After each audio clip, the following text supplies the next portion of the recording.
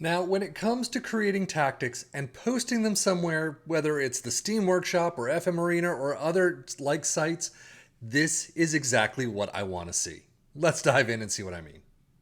This one is called the 5-3-2 High Press Counter Attack, or also called Coach's Code 5-3-2. There's a massive description, and I love this because it specifically goes into everything you need to look at, what you need to worry about, and things like that. The main description says this 5-3-2 or 3-5-2 high press counter attacking system is ideal for newly promoted teams. As long as squad depth allows for sustained pressing throughout most of the season, it offers a realistic chance of finishing near the top of the league or even securing European qualification. In cup competitions, it's competitive against any opponent. Now, there is a tactical core section basically saying the two strikers are not tied to fixed roles but should fulfill certain key functions, and it lists those out. The roles of the two central midfielders, the Mazzala and the BBM, can be adjusted based on match context. It goes into a little bit of that.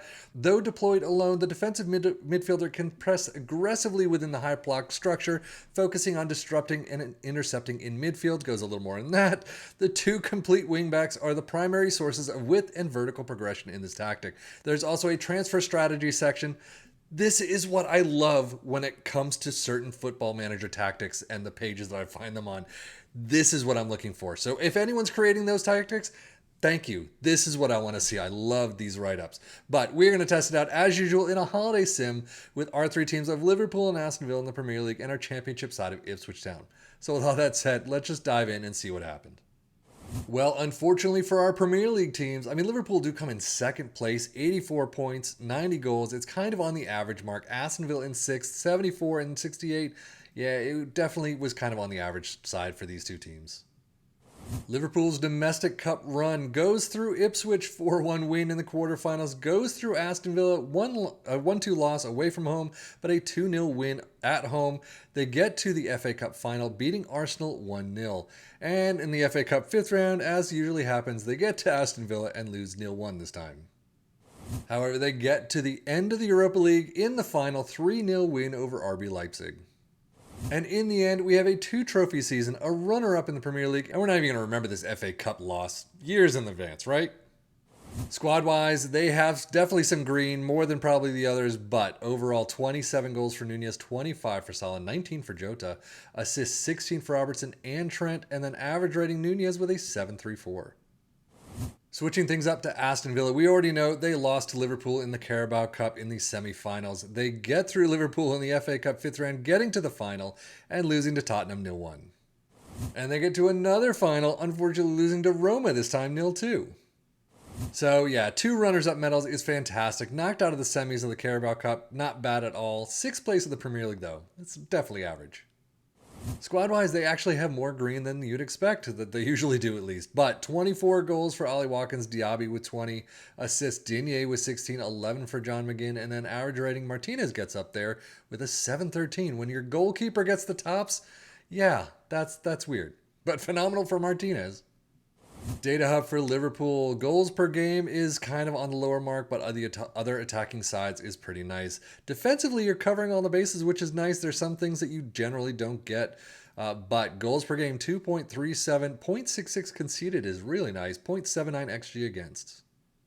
Aston Villa, on the other hand, yeah, they're not doing all that well attacking-wise or defensively. They've got, shutouts, but that's about it. Well, I guess you've got the possession one, too.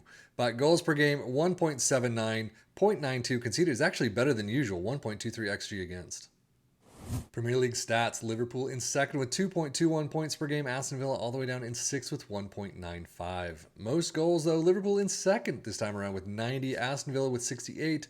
Fewest shots against in fourth for Liverpool, 285, Villa with 389. Most possession, 55% for Liverpool, 53 for Aston Villa.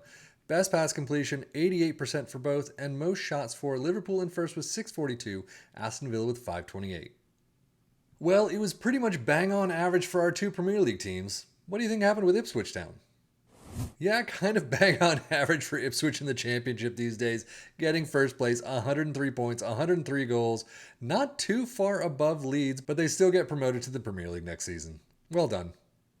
Well, domestic cups for Ipswich Town, I must have missed this, but Carabao Cup quarterfinals against Liverpool is where you lose 1-4, and then out against Liverpool again, 1-3 in the FA Cup fourth round.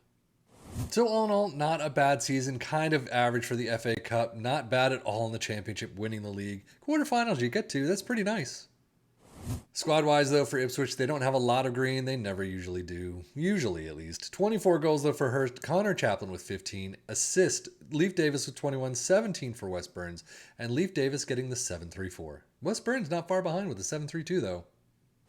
Championship stats. 2.24 points per game for Ipswich in first. Most goals in first with 103, just beating Middlesbrough, who probably went through the playoffs. Fewer shots against in first with 369. Most possession in fifth with 55%. And then most shots for in fourth with 656. But now let's take a look at the tactic itself. We have a goalkeeper in defend. We have central defenders all along the line, but 2 in defend, 1 in the central spot in cover. Complete wingbacks on the left and the right in attack with a DM in support. Mazzala in attack next to a box-to-box in support. A deep lying forward in support next to an advanced forward in attack. Positive mentality, not a lot of instructions here, but attacking width is fairly wide. Play out a defense. Passing directness is slightly shorter. Tempo is slightly higher. Mix crosses and run a defense. In transition, counter press, counter, distribute to the center backs and take short kicks. And out of possession, a high press line of engagement, a higher defensive line, trigger press more often, and prevent short goalkeeper distribution. So overall, how did this do for our 3 teams? Well, Ipswich doing a great job. As usual, bang on average for them, I would say, lately at least. 103 points, 103 goals. And same goes for Liverpool and Aston Villa. I mean, Liverpool in second with 84. Villa in, sixth with 74. So yeah, this seems like, in this save at least, it worked straight on average. This is exactly what they would have gotten if they didn't, pretty much if they didn't use any specific tactics and used whatever our assistant coaches were doing anyway. Now, again, this tactic in the description itself was not geared for these 3 teams. It's geared more for the Luton Town or Fulham in this respect. It is basically a newly promoted team. That's what you want to use it on and take a look and see how it works. But in this case, it wasn't bad, no question about it. It's very defensive. There's a lot of defensive pieces to it, even with a positive mentality. But it just, Liverpool, Aston Villa, very attacking to a degree. Ipswich Town as well. So try it out though. See how it works. And if you have, let us know how it worked for you in the comments below. But for us, it was fine. It worked. Average. Yeah. So that's it for me, Savvy FM, for the Football Manager blog channel, saying thank you as always for watching. Take care and enjoy.